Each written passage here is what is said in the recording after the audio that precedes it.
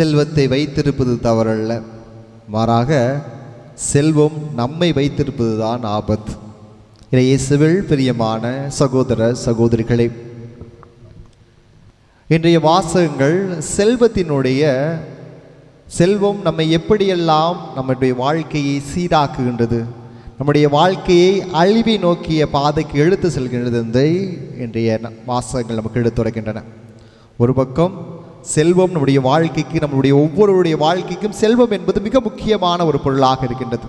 பணம் இல்லைன்னா நம்மளை ஒரு நாயும் மதிக்காது என்று சொல்லுவார்கள். பணம் தான் நம்முடைய வாழ்க்கையை தீர்மானிக்கிறது. நாம் யார் என்று நாம் வைத்திருக்கிற பணம் தான் தீர்மானிக்கின்றது.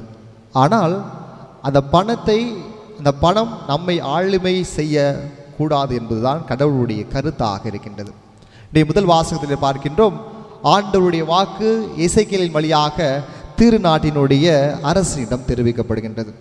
இந்த அரசன்ட்ட பாருங்க, அறிவு இருக்கிறது, செல்வம் இருக்கின்றது, திறமை இருக்கின்றது, அதிகாரம் இருக்கின்றது, எல்லாம் இருக்கின்றது. இது எல்லாம் இருக்கிறதுனால அவன் தன்னையே கடவுளாக எண்ணிக்கொள்கிறான். எல்லாம் இருக்கு, என்கிட்ட அதிகாரம் இருக்குது, செல்வம் இருக்குது, எல்லாம் இருக்குது, நான் தான் கடவுள் என்ற நிலைவுக்கு தன்னை உயர்த்தி கொள்வதால் கடவுள் அவனை சாடுவதை நாம் பார்க்கின்றோம். நீ என்னதான் வச்சிருந்தாலும் நீ ஒரு சாதாரண மனிதன்.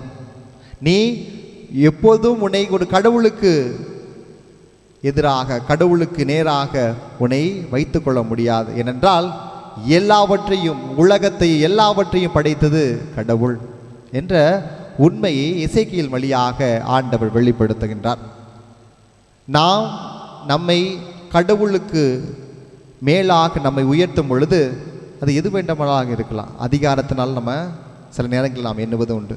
அது பணம் படைத்ததாக நாம் நினைத்து கொண்டு நான் கடவுளுக்கு மேலே, நான் எனக்கு எல்லாம் தெரியும், எனக்கு எல்லா அறிவும் இருக்கின்றது என்று சில நேரங்களில் நாம் எல்லோருக்கும் மேலாக, பல நேரங்களில் கடவுளுக்கு மேலாக நாம் எண்ணிக்கொள்வதுண்டு.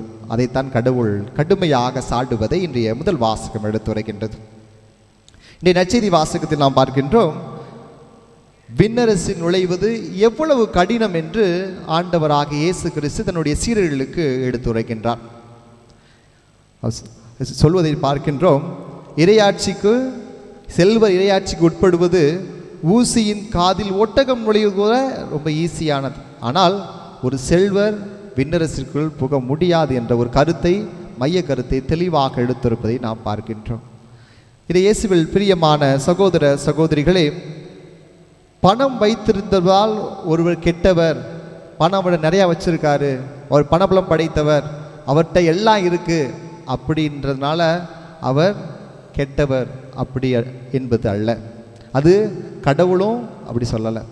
மாறாக நான் பணம் வச்சிருந்தோம், என்னுடைய பணத்தை வைத்து, என்னுடைய செல்வத்தை வைத்து நான் பிறரோடு பகிர்ந்து நானும் உண்டு மகிழ்ந்தேன் என்றால் அது கடவுளுடைய பார்வையில் விலையேற பெற்றதாக, விண்ணரசில் நமக்கான இடத்தை உறுதி செய்வதாக இருக்கும்.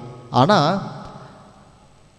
என்கிட்ட எல்லாம் இருக்குது, அதிகாரம் இருக்குது, எல்லாம் இருக்குது, அதை நான் யாருக்கும் கொடுக்க மாட்டேன், நான் மட்டும் வச்சிருந்து நல்லா வாழ்வேன் என்று இன்று நம்ம சமுதாயத்தில் பல பேர் இப்படிப்பட்ட ஒரு வாழ்க்கை, நம்மள நிறையா பேர் இப்படிப்பட்ட ஒரு வாழ்க்கையை நாம் வாழ்ந்து கொண்டு, எல்லாம் எனக்கு மட்டும்தான், எல்லாம் என்னுடைய குடும்பத்தாருக்கு மட்டும்தான், எல்லாம் என்னுடைய சார்ந்தவர்களுக்கு மட்டும்தான் என்று பல நேரங்களில் எல்லாவற்றையும், எல்லா செல்வத்தையும் நமக்காக நாம் இந்த பூமியிலே சேர்த்து கொள்வதால் ஆண்டவர் விண்ணரசில் இப்படிப்பட்டவங்களுக்கு இடம் இல்லை என்பதை தெளிவாக எடுத்துரைப்பதை இன்றைய நற்செய்தி வாசகம் எடுத்துரைக்கின்றது.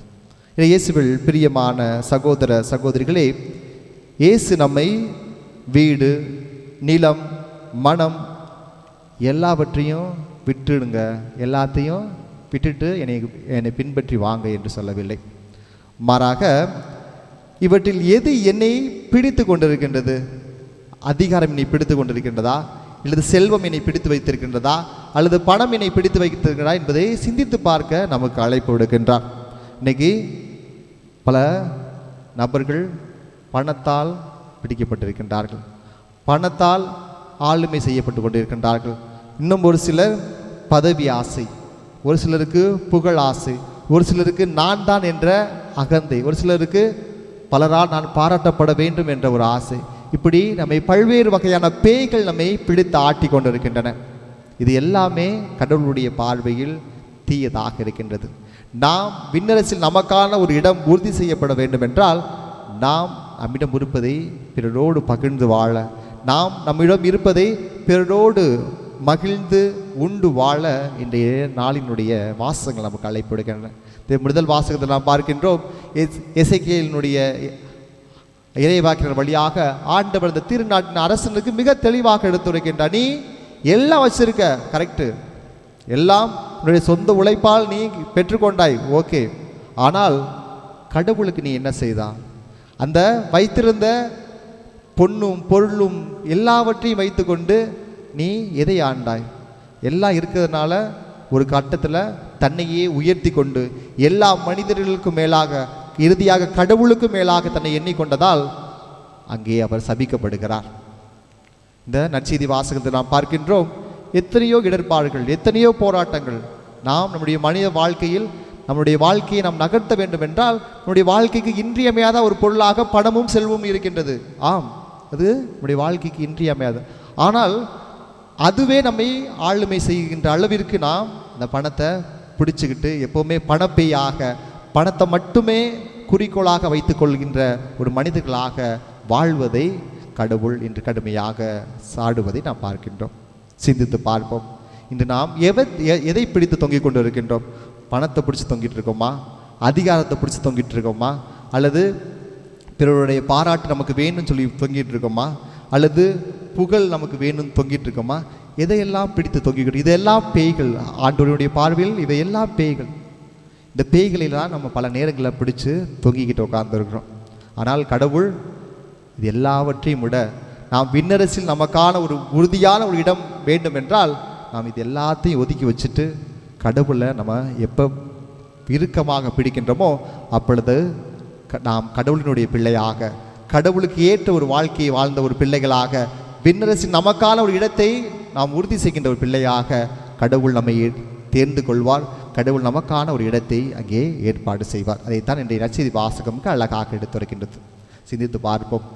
அன்பு இறை மக்களே, பல நேரங்களில் இந்த நவீன காலத்தில் நம்ம பணத்தை மட்டுமே மையமாக வச்சு ஓடிக்கிட்டே இருக்கோம். என் பிள்ளைக்கு சேர்க்கணும், எனக்கு சேர்க்கணும், என் சொந்த பந்தங்களுக்கு சேர்க்கணும், இல்லை என்னுடைய அடுத்த தலைமுறைக்கு சேர்க்கணும்னு சொல்லிட்டு பணத்தை நோக்கி பணப்பேய்களாக நாம் ஓடிக்கொண்டு இருக்கின்றோம். ஒரு இடம் சிந்தித்து பார்ப்போம். பணம் நம்முடைய வாழ்க்கைக்கு முக்கியம்தான். ஆனால் இந்த பணமே நம்மை ஆண்டு விடக்கூடாது. இந்த பணமே நம்மை அடிமையாக்கி விடக்கூடாது. சிந்தித்து பார்ப்போம். பல நேரங்களில் இந்த பணத்திற்கு அடிமையாகி இருக்கின்ற மக்களாக, பணத்தை மட்டுமே வைத்து ஓடிக்கொண்டிருக்கின்ற மக்களாக, பணத்திற்காக எதை வேண்டுமானாலும் செய்யலாம் என்ற நிலைக்கு தள்ளப்பட்டக்கூடிய மக்களாக நாம் பல நேரங்களில் வாழ்ந்து கொண்டிருக்கின்றோம். அப்படிப்பட்ட தருணங்களுக்காக ஆண்டவரிடத்தில் மன்னிப்பு வேண்டுவோம். ஆண்டவரே நம்முடைய முழுமையான சொத்து, ஆண்டவரே நம்முடைய வாழ்க்கையினுடைய உரிமையான சொத்து, ஆண்டவர் மட்டுமே நம்முடைய வாழ்க்கைக்கு தேவை என்பதை உணர்ந்த மக்களாக நாம் வாழ தொடர்ந்து திருப்பலில் ஜெபிப்போம். அதற்காக தொடர்ந்து மன்றாடுவோம். ஆமேன்.